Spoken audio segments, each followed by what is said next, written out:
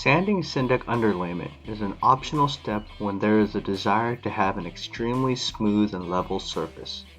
We recommend a high-speed floor buffer with a sanding pad or sanding screen attachment. Start the floor buffer and begin to move continuously.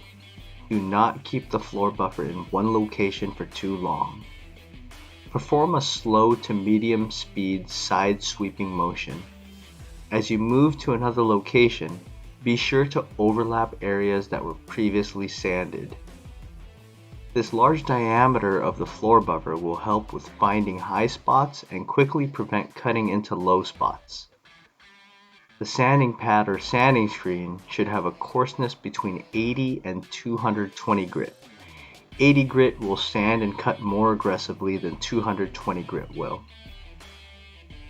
Be sure to wear the proper safety equipment and know how to use the tools beforehand. High-speed floor buffers can be dangerous, and it's best to let an experienced person handle the equipment.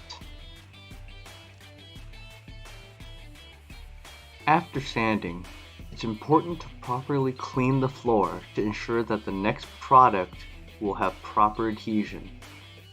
If the area was lightly sanded, use a cleaning solvent such as acetone or denatured alcohol along with a rag to wipe the sanded area.